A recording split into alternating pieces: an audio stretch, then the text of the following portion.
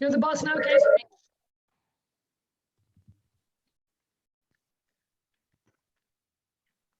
Okay, that's it. Seeing as how we're recording, I just want to say a great welcome to everybody here today at the start of a couple of weeks of what looks like being a very hectic but inspirational time and a historic time in Ireland. The visit of two delegations, in fact, of the Zapatistas to meet communities involved in struggle and communities involved in campaigning for justice, human rights, environmental rights, and actually for a whole different way of seeing how we live, are going to go around Ireland over the next 2 weeks. They're going to be in 4 different locations, and they're currently being collected from Dijon as we speak. So we hope they're going to arrive here tomorrow evening. And the point of this webinar is so that anybody who wants, you know, a reminder or a refresher on why they matter and why we're all pulling our hair out trying to organize this visit. We have Mick McCaughan, who I already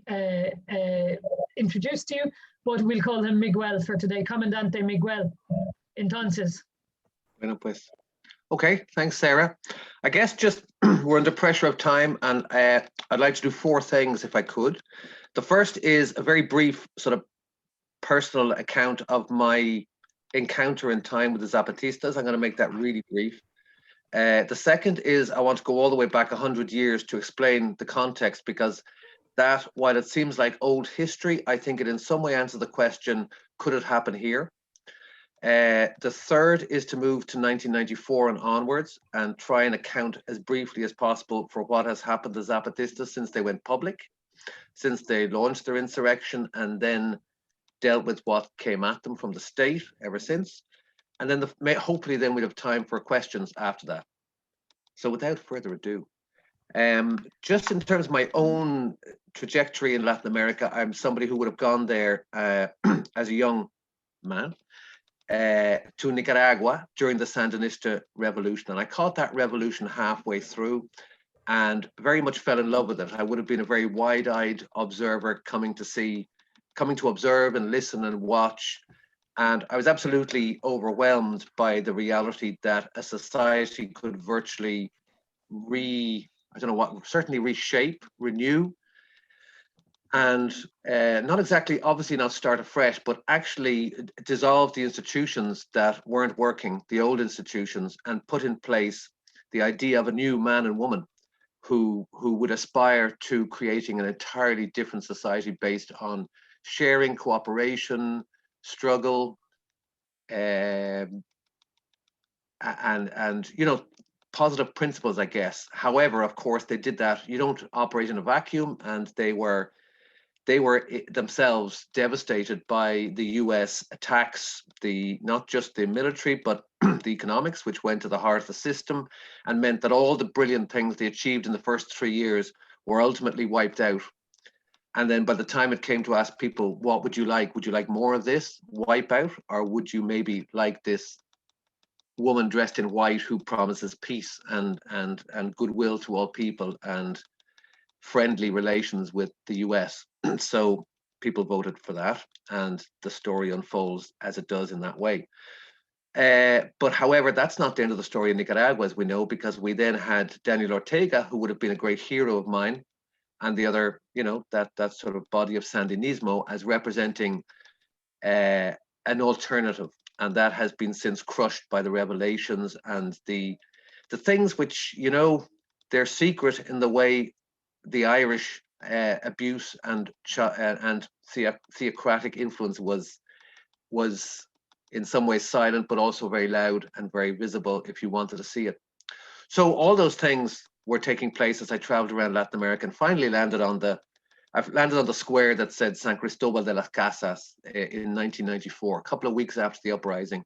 I knew very little about it. I wasn't really, you know, wasn't that focused on it. And I arrived in and sort of jumped in with both feet and immediately found a way to get into the communities at a time when people weren't being allowed into the communities because they were reeling from army attacks. All we knew was that there'd been an uprising. It was an indigenous uprising. There were some what we call white people amongst them. And they pledged a different type of revolution. They said, this is something that does not aspire to taking power. In other words, we're not looking for power. That was the kind of fundamental objective of the Cuban Revolution and the Nicaraguan Revolution and all the revolutions in Latin America, was that you overthrew the state, you replaced the state, and then you rebuilt. The Zapatistas regarded themselves as a vehicle, almost like enabling the people, the civil part, to civilians to meet in an atmosphere in which they weren't under the boot of the Mexican army and the Mexican state and the Mexican business elite and the church and so on. And I guess over the next 7 or 8 years, I spent an awful lot of time in those communities, getting to know the way those communities worked. And you know, it was very refreshing after the verticalism of other movements to see a movement that was based largely on cooperation, on shared endeavor. And one of the key elements of this are the asamblea and the cargos. The asamblea are the assemblies, and assemblies would take place when they needed to take place. They are our meetings. They are the meetings, except that they everybody in the village who feels like going to them goes, and everything is under discussion. I can remember one in which the armed struggle was being discussed, and I can remember another one in which bottle tops were being discussed, because a 9-year-old in the village had amassed a massive fortune of bottle tops, which were being used as currency with the other children, and had put them at a huge advantage. And people, it was like Pokemon cards or something. And so it was causing some distress in the community, these bottle tops and the bottle top maestro. So no subject too small, too big to discuss, and no time frame for it. It could last an hour, 2, 3, 4. It lasted until some sort of decision was made. It wasn't necessarily a show of hands, but it might be. It was generally just a swaying, you know, a reading of the room and a sense in which this is where things are going. In the assembly as well, the communities had what they called their cargos, and the verb Spanish cargar is to carry. And it was, I think, the sort of the foundation rock of the communities was this idea that everybody carried everybody else. So the cargos were something that were jobs that were given out each year on a rotating basis to members of the community, whether they liked it or not. And they very often didn't like it, because it wasn't that you took time off from your work with your machete in the milpa in the cornfield. You added this onerous task, which might be cutting all the grass on all the verges in the community, or it might be organizing the flowers for the church, a whole range of things. These, you know, it's quite a traditional conservative society, the communities in Chiapas, and that's also something to remember, which is why the uprising caused an earthquake inside the communities as much as outside. It would be a mistake to think that the Zapatistas had this ready to go manual or set of ideas which they were spreading to the world. It was very much that the communities were evolving day by day, hour by hour, as the needs demanded it. And as thousands of foreigners poured in, one of the biggest disturbing factors was the fact that it was a free-for-all, whereby you simply turned up in San Cristobal, declared yourself from a solidarity organization or didn't, and then took yourself off to a community. And there could be 10, 20, 30 people sitting in communities like you know, Carna or Carraroe in West Galway, fired up and ready to go. And the community ultimately has to feed them, talk to them, work out what's going on. It was a huge destabilizing factor, but that was all in the mix after 1994. So that's sort of my own thing. And I also got very involved because of an amazing coincidence. There were 3 men who were tortured and killed by the Mexican army in a particular village called Morelia. You can tell me if I'm speaking too fast. I'm just trying to get through this stuff. But in this village of Morelia, it was a notorious Zapatista headquarters, one of 5. And so the army came in revenge on the 7th of January, 1994, after the uprising, and basically took all the adult males on the basketball court, put them face down, and questioned, tortured, and took 3 of the elders and tortured them and took them away, and they were never seen again. The remains were found about 6 weeks later, and I happened to be in the community when the remains came back with an army delegation and with a attorney general. And this was incredibly tense because the community didn't trust anyone. They decided they'd trust a foreigner more than the Mexican institutions. And so I ended up signing a piece of paper that said that these remains would be going off to the army and coming back. And of course they didn't, and it all turned into a terrible mess, but somehow I survived that and then became a kind of a token honorary received visitor in this community, and sort of allowed a window in to, what would be regarded as just the behind the scenes stuff in Zapatismo, most of which you couldn't talk about back then, and you can probably talk about it now, but it's exactly what you'd expect in a community going through an upheaval and trying to make a revolution happen. But just to go back and to why the Zapatista rebellion happened very quickly, maybe everybody, I can't see everybody on this wire, but you may all know the story of Mexico for the past 100 years, but 500 years, but in 3 minutes, you had the conquest being an absolute central event, a before and after. You have the conquista, you have the arrival of the Spanish and the Portuguese, and the destruction, the violent destruction of communities. You have upwards of 100 million people killed in a relatively short period of time. And you have obviously some sort of trauma that is passed on from generation to generation, and that can't necessarily be quantified. We're only really looking at the nature of trauma as it's passed through that scenario. It leaves Mexico looking like a different country in which you have the mestizos, what are called the mixed race. That's how it's translated. And you have the indigenous people, the Celtales and the Tzotziles, who bit by bit were pushed further and further towards the margins because all the good land was being taken for cities and agriculture and so on and so forth. So they're pushed to the margins, and in a sense that helps them to survive because their community structures are left more or less intact, even though they face economic slavery and hardship. The Mexican Revolution, then, if you jump to the Mexican Revolution, you have Emiliano Zapata, whose sort of war cry, land and freedom, and the attempt to introduce reforms to a feudal system. That results in one party, the PRI. I'm not even going to go into what all the letters mean and so on, but the PRI basically governed from the late 1920s until the year 2000. So you have this one-party state which tries to embody everything. In other words, this party regards itself as a left wing, a right wing, and a centrist option for Mexicans. It's very De Valera-esque, as in our hearts we embody Mexico. It's in wonderful indigenous past. Note the word, the past. They like the idea of indigenous people being part of a historic past, but they're not too happy about them being protagonists of the present or the future, because they are regarded widely as primitive and backward, not contributing to the progress of a nation that now looks to oil as its main engine. So two things that define Mexico in the 20th century are oil and its border. So the US always needs to know it can control the Mexican government because it has a strategic border, not just at the US, but into Central America.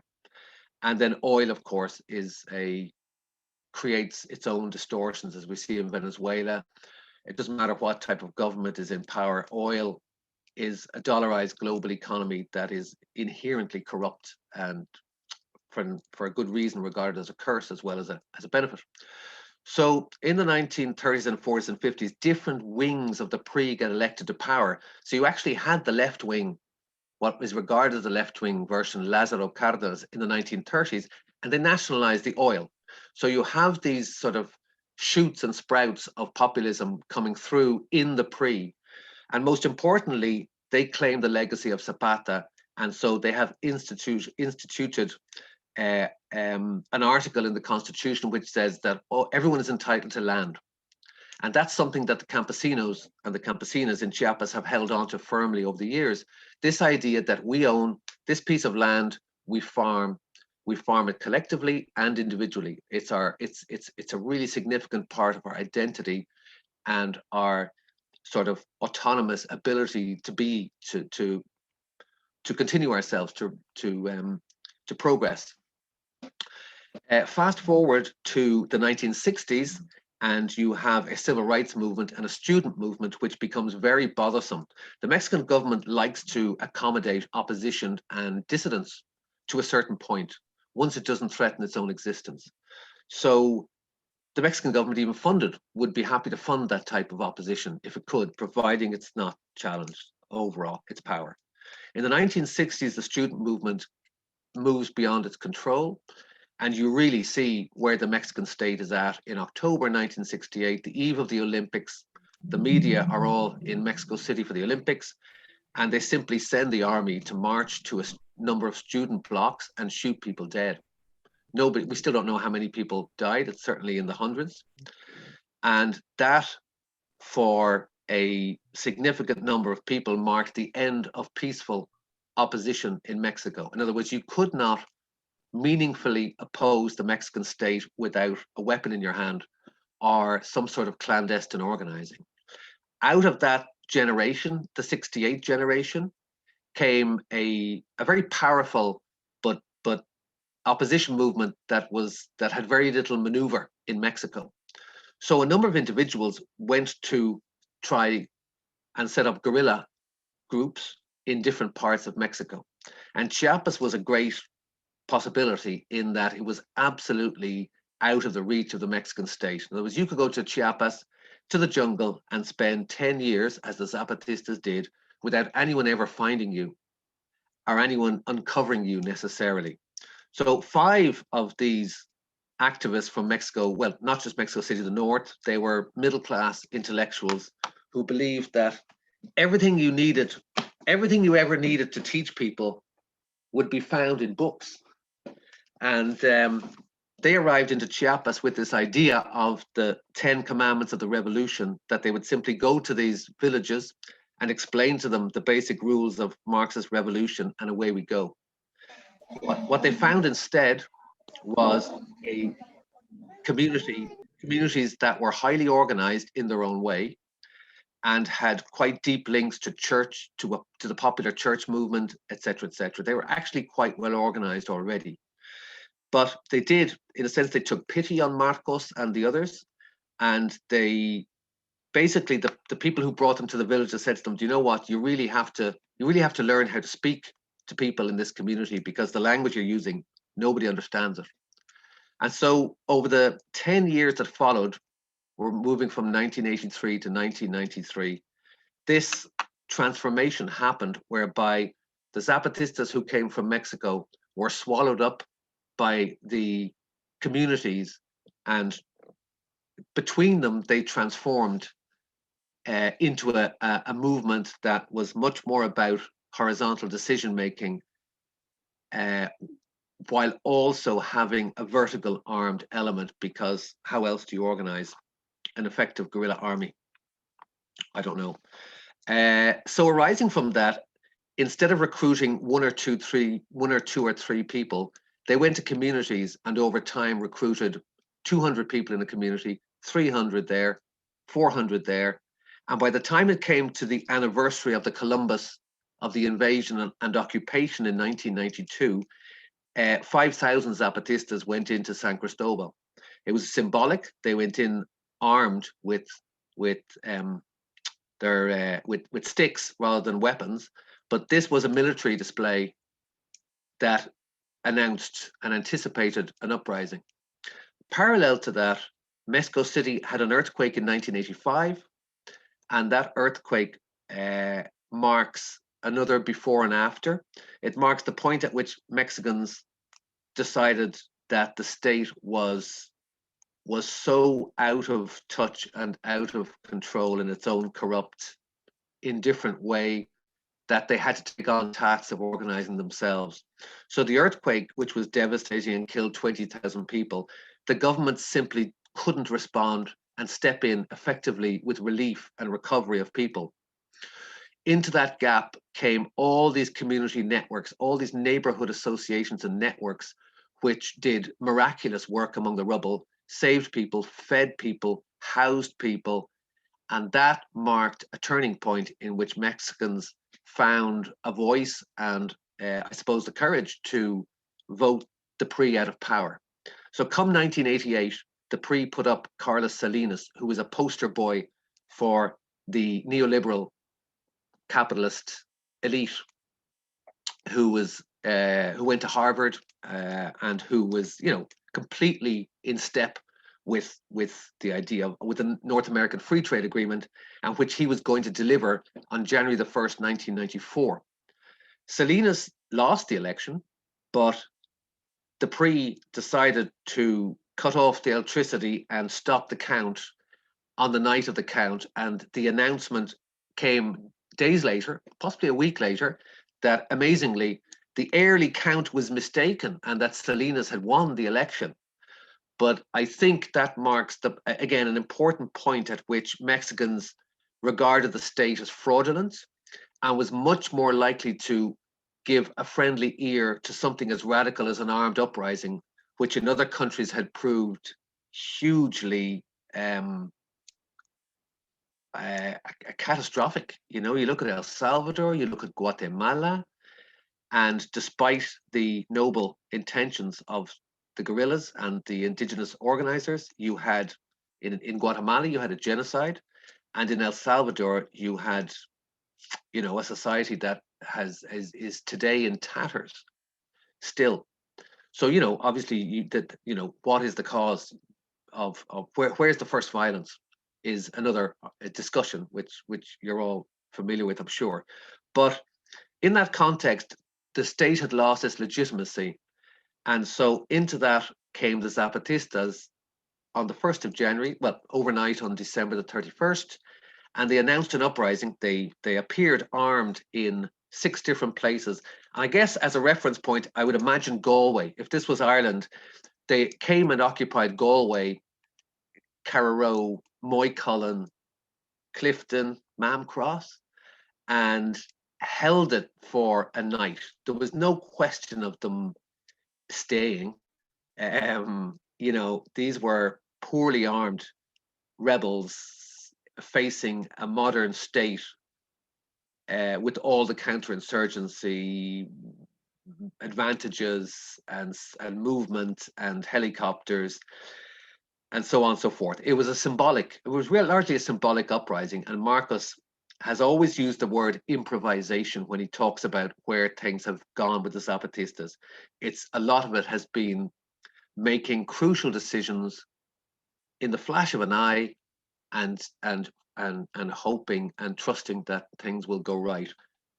But making those decisions in the company of the communities where maybe wiser heads might prevail. So the uprising shook Mexico completely, and the army responded in the first 10 days with massive force, driving the Zapatistas back to the mountains and engaging, shooting and killing where it could. A couple of things happened, one of them being a massive outpouring of support for the Zapatistas, or not so much support for the Zapatistas as a simple demand: and end the war in Chiapas. In other words, end the violence in Chiapas. This massive retaliation that was taking place around the Zapatista communities and the arbitrary arrest of people. Cerro Hueco, the local jail, was full of people. Who were these people? What were they about? Why were they there? Mexico was hungry to know who these people were. All the more so because they were indigenous, and Mexicans have this there's this slight sense of shame around the fact that something has been lost in Mexico and that they're part of that loss. And so there was this confluence of things whereby, more than 1 million Mexicans took to the streets all over Mexico, and the government, on that basis, called a ceasefire on January the 12th. And that was incredibly important because it gave the Zapatistas a chance to regroup. The fear in the communities, you can't actually overstate the fear of aerial attack. So in Morelia, the village that I stayed in, I don't know if people could continue fighting under those conditions, because as soon as as soon as helicopters and army appeared, panic followed, and there was just nowhere to go. You can hide in the jungle, but you can't. The jungle is incredibly inhospitable. You can hide for a while. The army occupies the villages. Potentially it's the end. The Mexican state can handle the embarrassment of massacring citizens because it's done it before and survived. It did it in front of the media in 1968 in Mexico City with the Olympics taking place. Why wouldn't it do it in the middle of nowhere, so to speak, in Chiapas in the jungles? So civil society, as it's termed, stepped in around Mexico and forced the Mexican state to stop its military operations. Out of that, the bishop, a very important figure in Chiapas, was the local bishop Samuel Ruiz, who sort of came of age during the 60s, in which liberation theology flourished. And I remember interviewing him and saying to him, so what do you think about this liberation theology? And he said, I'm not too worried about the theology, it's the liberation that matters. So this was someone who knew all about the uprising in advance, whose catechists, and again, these are far-flung communities that don't have structures of priests and nuns in them. Those are on the margins. And what they have are citizen catechists who are very much in the villages performing pastoral tasks, whatever pastoral tasks are these days. I don't know. I'm not up to speed. But so you had 5,000 or 6,000 of those catechists had signed up for the Zapatista movement, and Samuel Ruiz opposed it. He opposed the armed struggle, but he turned a blind eye to the fact that his catechists were literally hemorrhaging into this armed movement that had a lot of qualities of the Marxist rebels in Central America about them, even if you couldn't pigeonhole them that narrowly. So you had the church-based activists, you had the Zapatistas coming together at this particular time. So Samuel Ruiz became the most important person that the government needed to try and get the Zapatistas out of the jungle where they could see them, buy them off, offer them something, and then they could go home and continue with the free trade agreement. So to that end, dialogue was called in February 1994. And again, setting aside the religious group, setting aside the Zapatista group, a third group came together who called themselves Compas, they called themselves a number of names, but they formed a cordon de paz. They formed a cordon de paz, a peace cordon around the cathedral where the talks were taking place. And Marcos has said it in interviews, and the Zapatistas have said it, that this actually was as significant as the uprising itself. The Zapatistas were an armed movement in search of a civilian network around Mexico, because obviously the armed struggle was not going to succeed in 1994 in Mexico, given the state of things. This is not Batista, this is not Somoza, this is not Papadoc Duvalier. This is a modern oil state with US backing, which can, kill at will and does what it needs to stay in power. So to that end, this cordon de paz flourished and grew and spread roots all over Mexico, because people signed up for this, and everybody wanted to see the Zapatistas, and the Zapatistas hadn't spoken to anyone yet because they'd had to retreat to the jungle and wait their time while civil society had helped stop the war. But who were these people? People compared them to the Shining Path. They said they were Guatemalans, that most of them were Guatemalans, and that they'd sort of had a bad influence on the good indigenous men and women of Chiapas, who wouldn't dream of opposing this state that was the authentic inheritors of Emiliano Zapata, etc., etc. So in that context, the Zapatistas arrived into San Cristobal, and it was, I have to use the Ed Sheeran parallel here, but if you could imagine, they were greeted like celebrities, they were cheered, they were cared for. upwards of a couple of thousand letters arrived from all over Mexico, people writing to the Zapatistas saying, I lost my job in Sinaloa. Can you help me? Can you talk to the Mexican state for me? So suddenly the Zapatistas became the spokespeople for this forgotten, downtrodden Mexico that had no means to resource its government and the power structures, because those power structures were completely indifferent. You could go and beg from your local pre-TD to have a roof on your house at election time, but beyond that, or to get a grant for your child, but beyond that, structurally speaking, there was no means of channeling dissent outside of the community networks, which could only go so far. So the Zapatistas became this lightning rod around Mexico, and they had an influence that far disproportionate to their military or numerical makeup, if you like.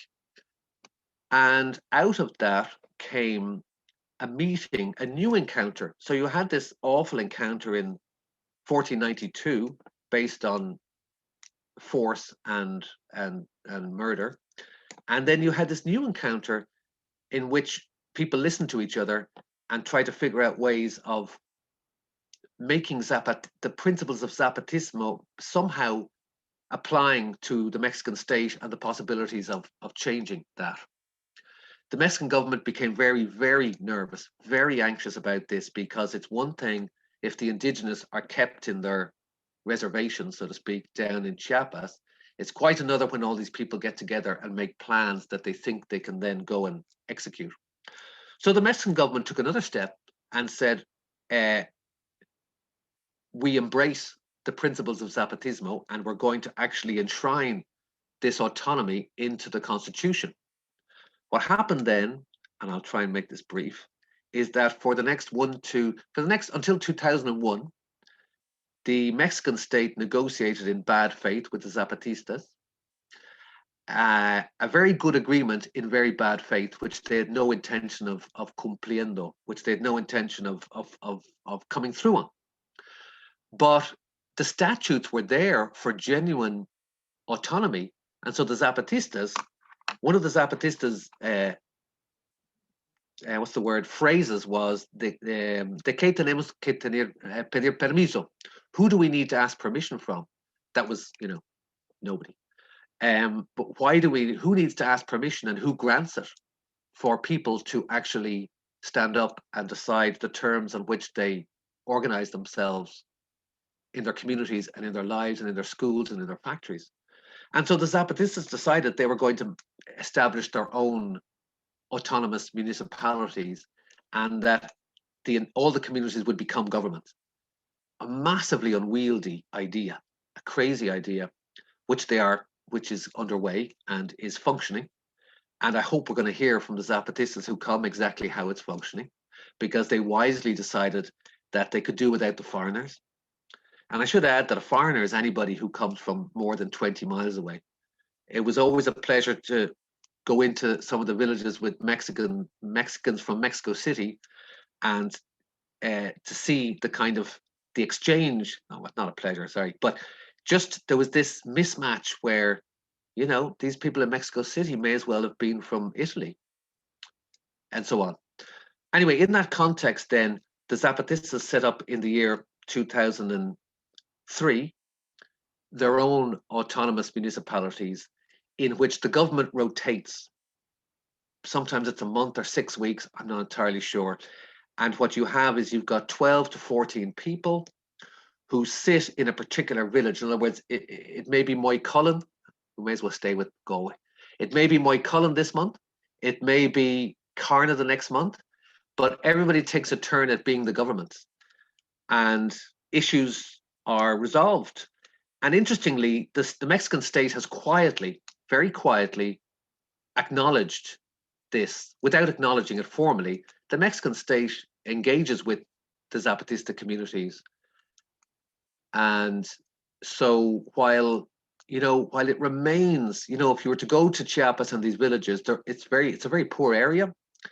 It's a tough area. They're now facing, I talked about earlier about the cargar, the idea that everybody carries everybody else.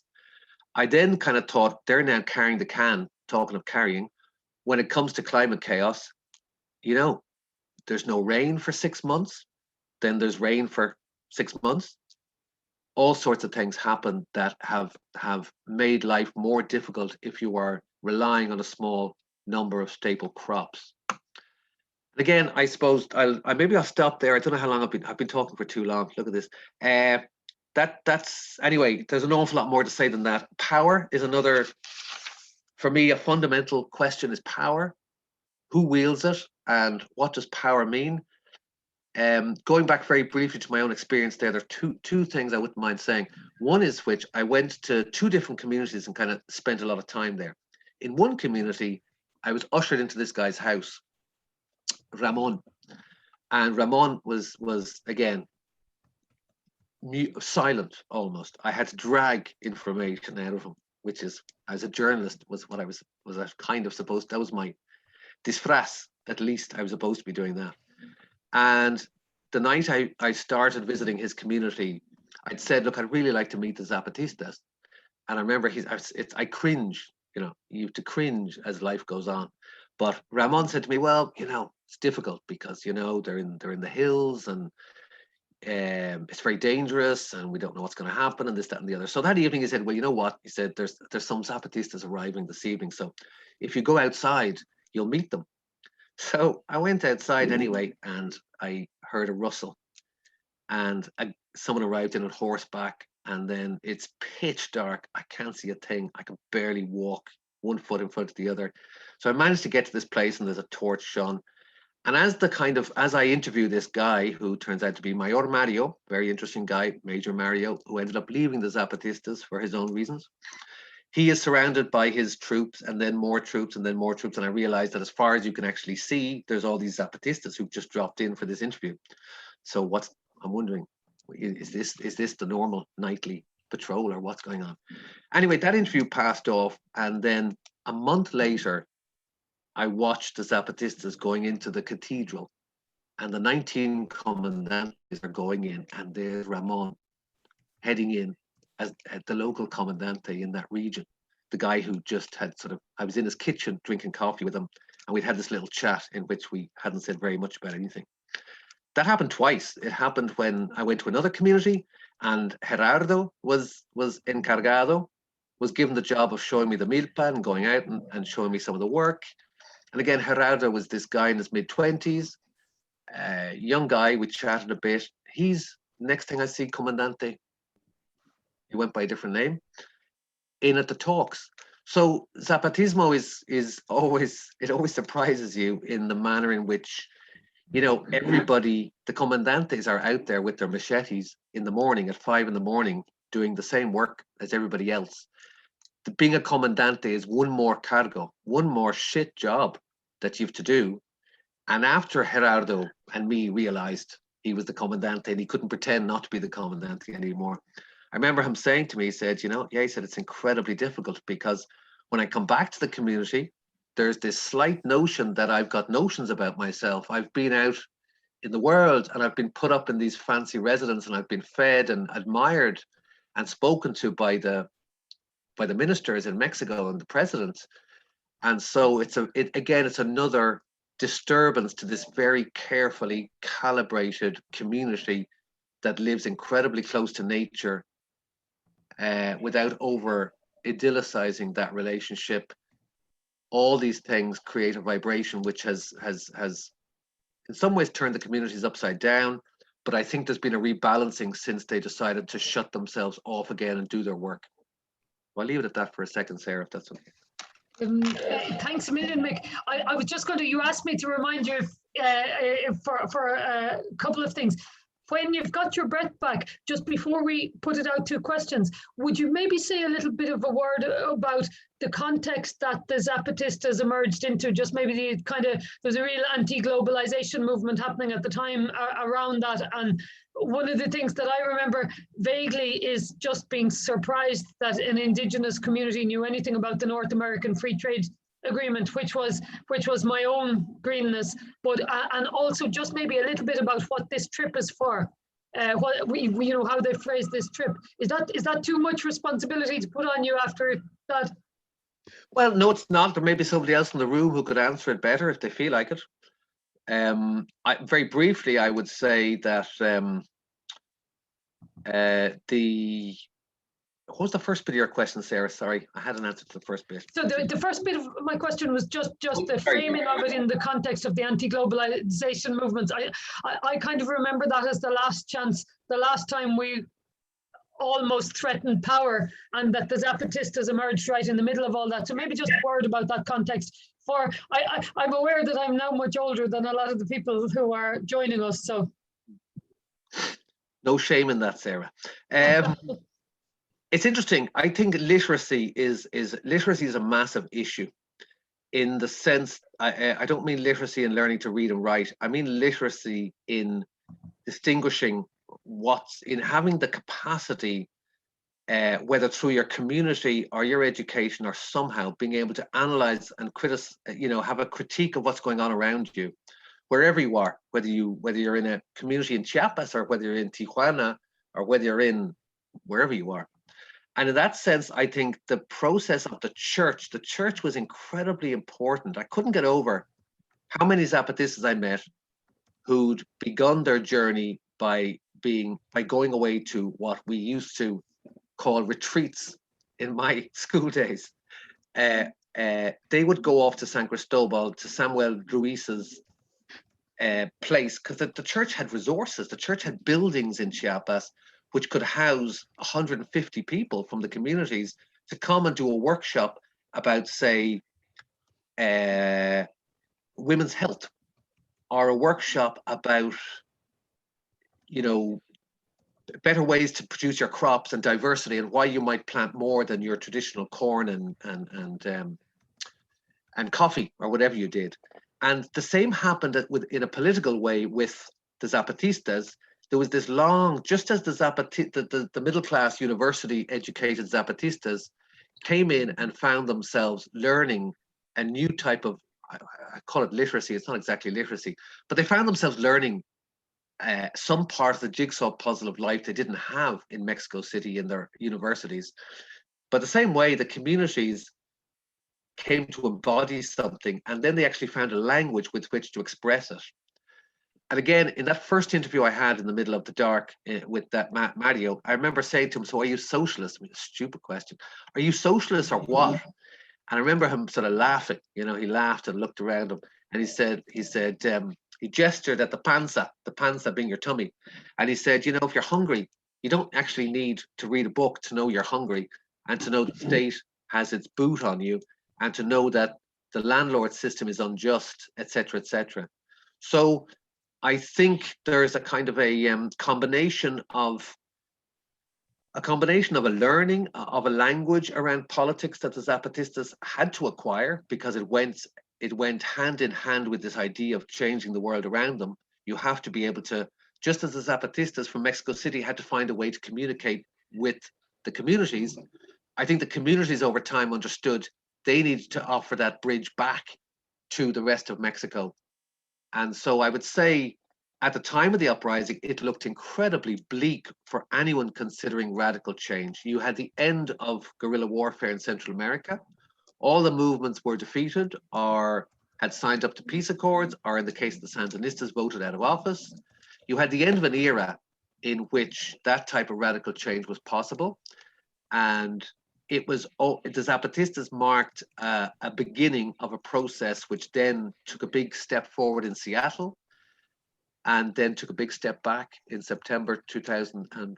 But that's another story for another day, I guess. Thanks a million, Mick, for that. I think just we wanted to keep it under an hour, and so it's just coming up to 6 minutes to 4. But I think if, with Mick's forbearance, if you wouldn't mind doing questions, would that be okay, Mick? Great. Yeah. No, and if anybody feels they need to leave, a couple of interesting things have been put in the chat there. So the Galway Feminist Collective made a really brilliant podcast series about the Zapatistas recently, collaborating with Nancy Serrano. So if you want a little bit more in depth about their philosophies and how they've made it work, that's a really great place to start.